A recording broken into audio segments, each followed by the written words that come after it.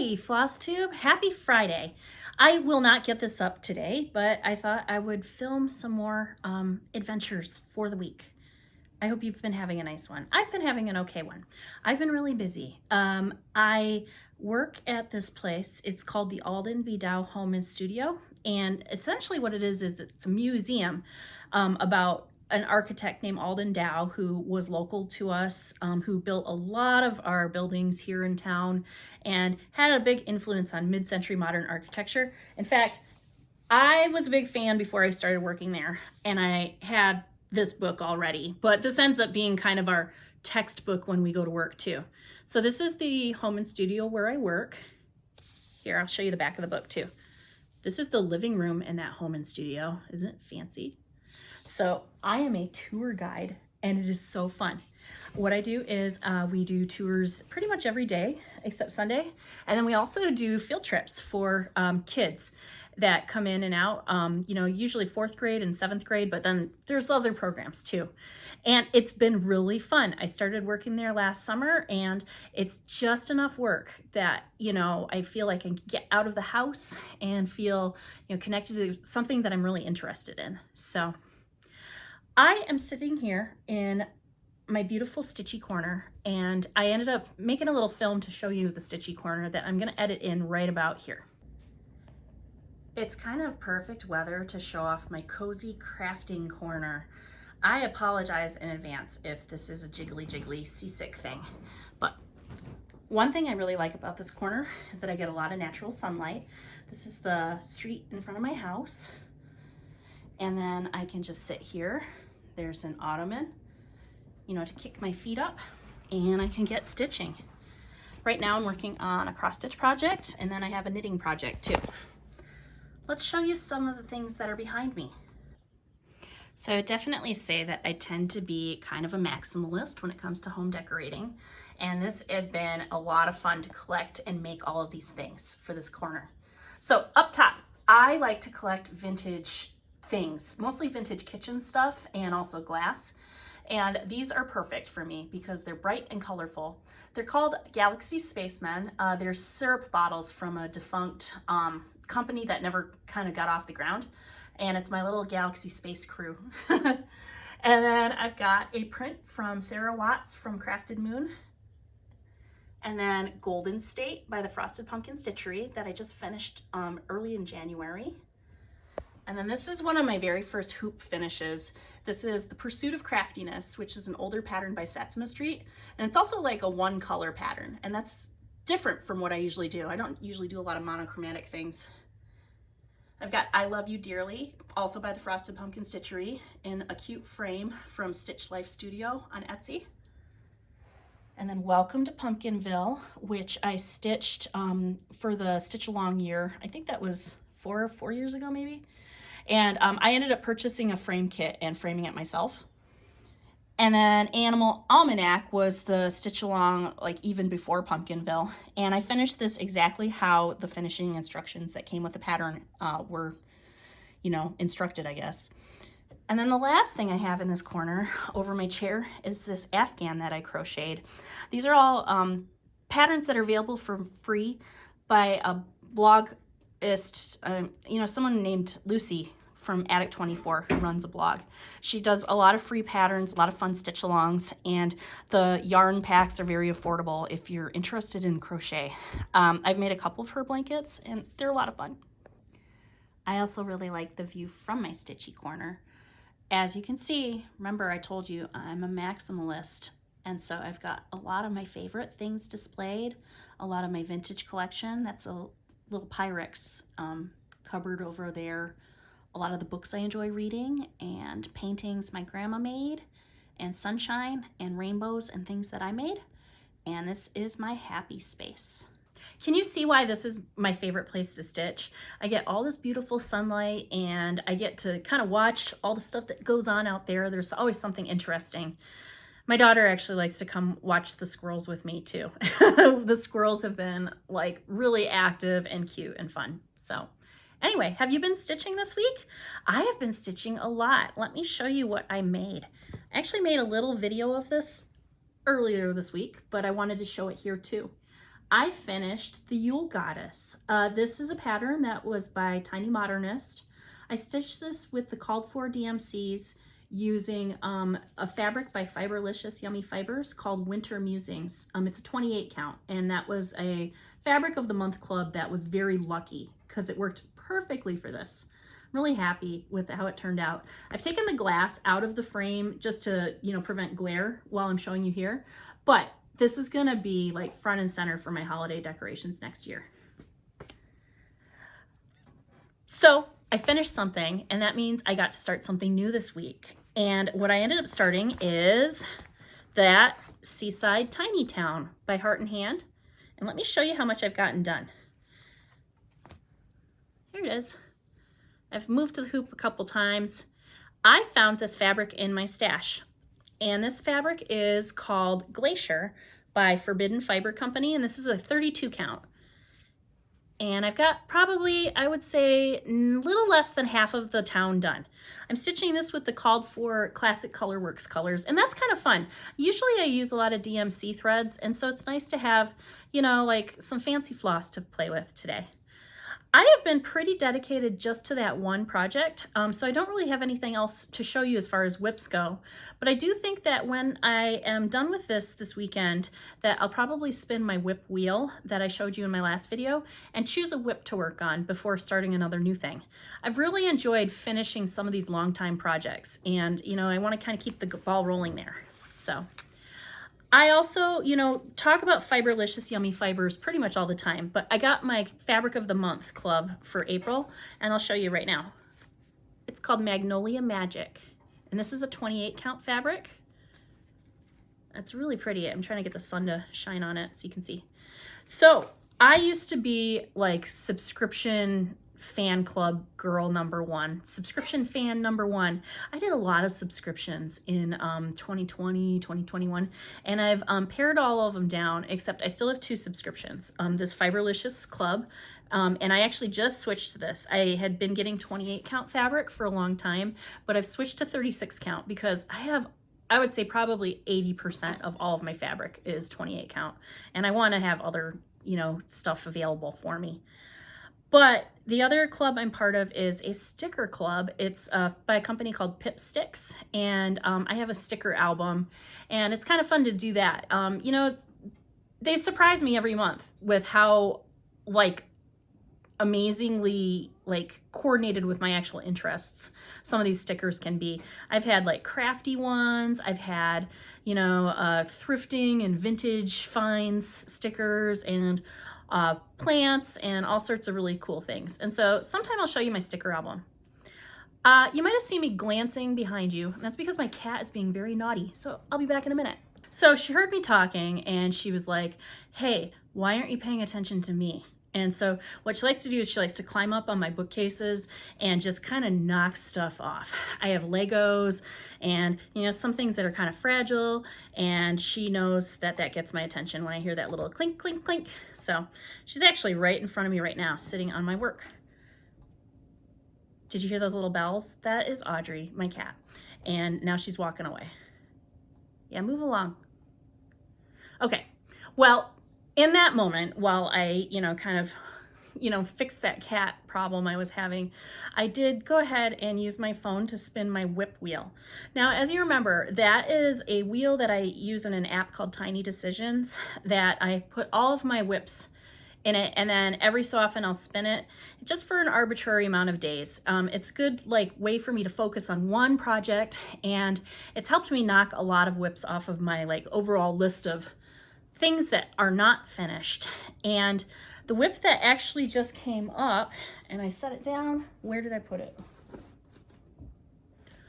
Oh, it's way over there. The whip that came up is Castle Homecoming by the Frosted Pumpkin Stitchery. So I am about, I would say, a little more than a quarter, but a little less than a third of the way done with this. Look at all the detail. This is a jam-packed piece. So this is stitched on 28 count Valor by Picture This Plus. This was a kit that I got from the Frosted Pumpkin Stitchery directly, and so it has all the called for things, in it. And speaking of kits, the Frosted Pumpkin Stitchery has just announced their new Stitch Along, and I'm very excited. The theme for this year is Arctic animals, and it starts in May, I believe, around the 9th, but I'll have to look. They have been blasting us with so much information, and I'm very, very happy that I managed to order the kit yesterday. I ended up ordering the full kit, even though I have a lot of the DMCs already, just because I really like getting the whole kit. And, you know, I was a little late. I was at work, and so I wasn't there right at like 1 p.m. local time, which is when the kits were released. And so I thought, oh no, I've missed it. But I was lucky. They still had a kit available, and they still had the scissor fob, which is cute. It's like a narwhal. And they did not have the needle minder, but the needle minders are made by Maria of A Needle Runs Through It. And they are absolutely excellent. My favorite ever needle minders. They're really sticky and good and cute. And so that is on pre-order, but she'll make them really fast. I bet you that everything will ship in time for the Stitch Along to start. And when it does come, I'll show you everything because I'm excited. It looks like it's going to be a really fun kit. So in the meantime, I will work on Seaside Tiny Town, and I'll work on my Castle Homecoming. But that's not all I've been up to. I, you know, call this channel Sally Stitches because Sally stitches a lot of cross stitch, but Sally also has other projects that she's working on. And I'm going to stop talking to myself in the third person because I don't like it. But I think that today I'm going to call this video Sally Stitches and Plays with Yarn, because this is something that I was very interested in, you know, maybe 4 or 5 years ago. And then I stopped like knitting and crocheting and everything kind of around 2019, 2020. And then just really recently, I've picked it back up again. So let me show you a couple things I've made. I like to do a lot of yarn crafts. I like to do knitting. I like to do crochet. And I'm starting with a little bit of like wool embroidery that I'm gonna show you. So first thing I wanna show you is this pullover that I made really recently. I guess I'll put it on me. You might have noticed this. I wore this, I think, in my last video, but this is a design called Wool and Honey by Andrea Mowry. And this is the design I started in 2020, and then I put it away. And then in January, I pulled it out, and all I had left to finish was this sleeve. And it took me like a week, and then I finished it. And I'm so glad that I did, because I am wearing this sweater every week, and I'm actually kind of sad that the weather is getting warm, because it's going to mean that sweater weather season is fast approaching its end for 2024 springtime. It'll be back though in like September. But I, you know, really was happy to finish this sweater. I was happy that it fit, and I was happy that it looks nice. And it really kind of jump-started my love of yarn again, because it had been just like a while, and you know, I'd moved on, and I was like, well, maybe I'll never knit again, but I am knitting again. So since then, I have knitted another piece, and this is something I just finished, and I haven't actually like washed it yet. And it looks pretty long, right? And pretty long. It's very long. This thing is longer than my like wingspan here. So this is a scarf by, the design is by Anna Maltz, and the pattern is called Diagon Apples. And the reason it's called Diagon Apples is because this is a diagonal stripe scarf, and the yarn I used to make it is actually not really intended for knitting. I used a brand of crewel wool called Appletons. So Diagon Apples, right? Isn't that funny? So I had so much fun. I took probably about 2 or 3 months knitting all these stripes, and I just finished kind of like last week or so. And it's really nice. It's kind of floaty and spring-like. You can see I'm gonna wear it. Yeah. And I just feel like it's gonna be a lot of fun to wear. I'm gonna have to play around. But look, that's kind of cute, fashionable, right? So it's gonna be a lot of fun, you know, to have, you know, something new for my wardrobe and something that I made. And now I kind of want to knit something else. So besides knitting, I've also been playing around with this. So I'll show you. Have you ever done crewel embroidery? So I just finished with that crewel wool, and on eBay, I found this. This is a crewel embroidery kit. Oh no, there's stuff in the way so you can't see it. Okay, so here's the design. So I got the kit and it came with the fabric and all of the yarn. Here, it's from 1971, Pauline Denim brand, and it's called Floral Picture. So what I had to do at first to get this ready to stitch is I had to buy some stretcher bars. And I got these just from blick.com in the size that was noted on the pattern. And then I went ahead and just stapled the edges of the fabric to this. Now, I am going to have to re-staple this, you know, when I'm done with it, but this makes the fabric like taut enough that I can do the stitches and I don't have to worry about hoop like marks all over my fabric, especially since some of the stitches are very dimensional. We've got like these clovers and then these Queen Anne lace French knots, and those are made with this very, very thick chunky yarn. And so I don't want to have to like press or iron over that because I think it will ruin it. I am like positive this is acrylic yarn too, so I could melt it if I ironed it. So what I'm doing is I'm just kind of filling it in. There's a little diagram that came with the kit that tells you all the different kinds of stitches. So this is like a satin stitch or a straight stitch. And then we've got like a chain stitch and some stem stitches and some split stitches. And yeah, I think it's really a lot of fun. So the downside of this project is it is not a travel project because it's like huge, you know, but it's a nice like sit in my stitchy spot project. Here's all of the yarn. I ended up using my floss wheel that I got last year at this retreat, the Chantel's 141 retreat, to organize all of the different crewel colors. And I'm glad I did because these three greens, very light, and medium, are like so close together that if I had kept them in the bundle they came in, I would have mixed them up all the time. So yeah, so yarn is something that I am just really excited about again. And even though it cuts into like my cross stitching time, it's fun to explore new projects and new hobbies too. And even return to old hobbies that, you know, you thought were kind of dormant for a while. So, you know, as far as other things that I'm going to work on in the next couple weeks, I have been really inspired by watching, like, I don't know, like if we call like cross stitch world Flosstube on YouTube, what would we call like cleaning and organizing and declutter tube? I don't know. That doesn't seem like to have the same ring to it. But I have been really enjoying kind of just watching like decluttering videos. And, you know, for one thing, they're excellent to watch while you're stitching, you know, because you don't really have to pay too much attention and they're kind of like soothing and they put that like, you know, cool like lo-fi music on, and so it's relaxing. But I've really been thinking a lot about like organizing specifically with my crafts organization. And I want to know from you, would you be interested in learning about how I organize my cross stitch supplies?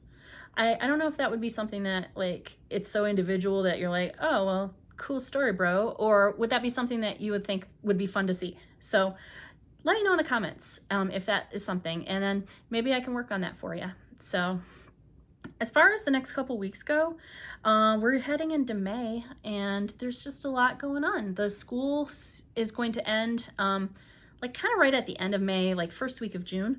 And so we're wrapping up that. My son is a 5th grader, and so he's going into middle school next year. So that's going to be like hard, you know, to kind of say goodbye to elementary school forever because my daughter, you know, left many years ago. So we're in a time of transition, and it's fun to have, you know, a dedicated hobby or multiple hobbies, you know, to kind of get us through all those feelings. Because even though I know he's ready, we had such a good time in elementary school that it's kind of bittersweet, you know, to leave and go to the next thing. So anyway, I just wanted to jump on pretty quick. I don't know if, you know, you guys have anything fun planned, but I will be thinking of you and hoping that you get lots of happy stitches in. So we'll see you next time, friends. Bye-bye.